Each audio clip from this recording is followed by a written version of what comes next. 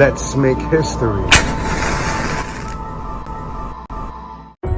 Too many heartbreaking stories as of late. A woman, it's about 31 years old, living in the Kips Bay section of Manhattan. She grew up there, going back and forth between, I don't know if she grew up there, but she grew up going back and forth between her mother and her grandmother's house. And she went upstate to Buffalo, got a degree, and she came back down, and she was having issues finding a job and finding a place to stay. And she was staying with her grandmother in the meantime. And so she started staying with a 55-year-old guy who was in a wheelchair. And the grandmother and the mother had a bad feeling about this guy. This kind of an airy vibe. She claimed they were just friends, but the mother and grandmother had their suspicions that they were probably in some sort of a sexual relationship, but that's not confirmed. And so anyway, she just got hired. Was about to work for the city. Got a job working for the city. Told her grandmother, last time she saw her grandmother, told her, hey, I'm coming back. I want to come back to stay over there. It's all right with you. Grandmother was happy about that. She had been trying to get her to move back for some time. And they wound up finding her body in a garbage bag, like wrapped up in garbage bags, right on the sidewalk where the trash is. There's some speculation that she may have gotten involved with drugs. She may have got involved in drug addiction. She may have had a drug addiction. And some people are stating that this is the reason why she was staying with the 55-year-old guy in the wheelchair. By the way, he has a long rap sheet. Even tried to like blow up a building back in '94, which he did 3 years for that. And he has a twin brother who also has a long rap sheet. The community was furious. And of course, what's the first thing they did? The NYPD, look at the surveillance footage. And what do they see?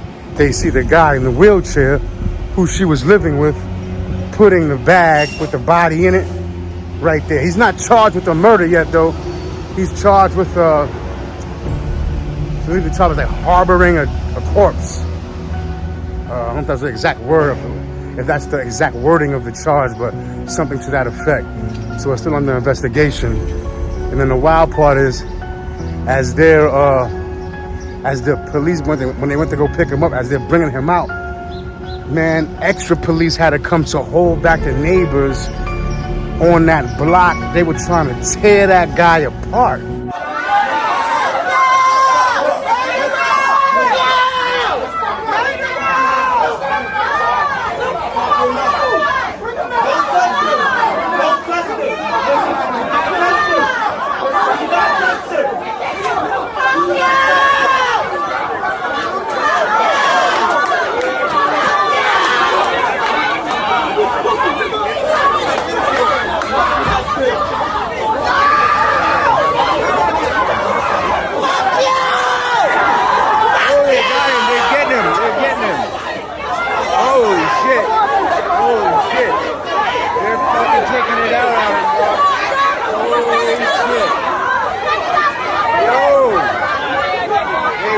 For him.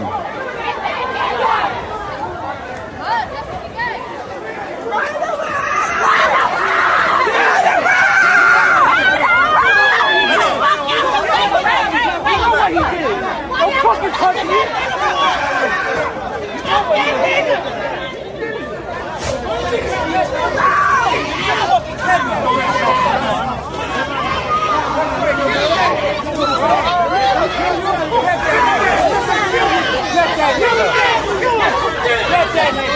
Oh, look at him, look at him. Hit that bitch ass nigga.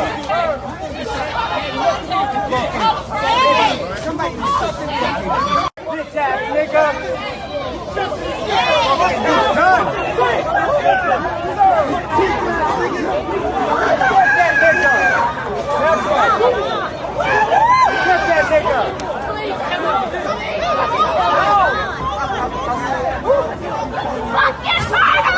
Fucking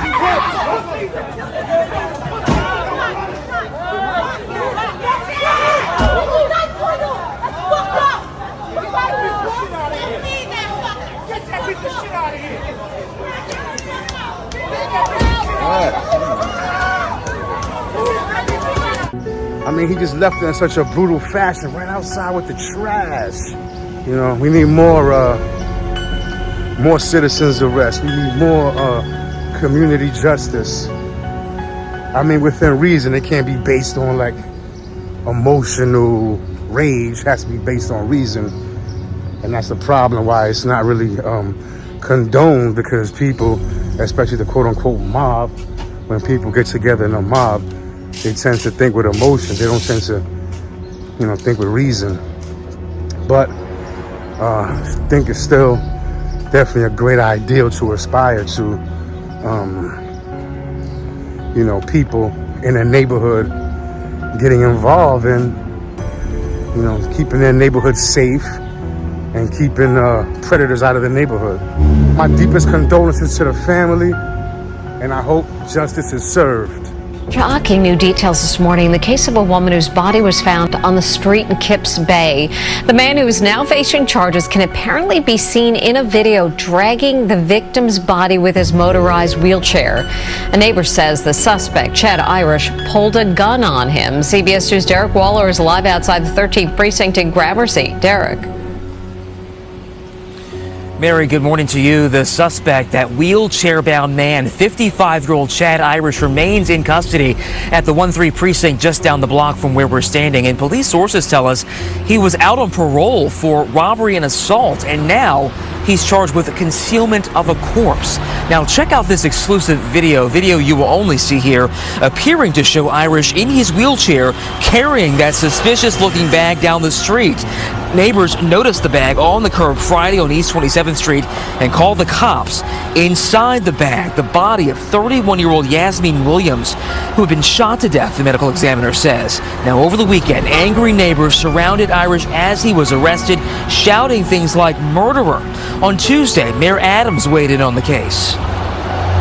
He should be lucky that the police got him before that community. Yasmin was really a caring person. She was energetic. She knew people around the neighborhood, so she was very loving. And there is a memorial sitting where Williams' body was found on East 27th Street.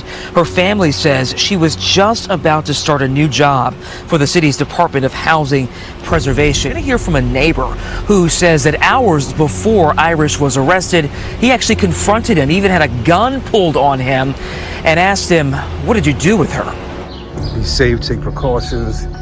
If you get weird vibes from someone, or your spidey senses start tingling, don't ignore that.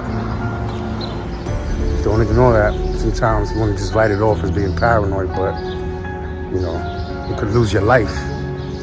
So we have to really scrutinize the people in our inner circles, the people we stay with, the people we're around, the people who are around the people we're around. Have to be careful, be very particular with all that. It's not being paranoid, it's just being wise, being smart. You know, this life is all we have as far as we know anyway. And so we have to guard it, you know, like a jewel, like a treasure.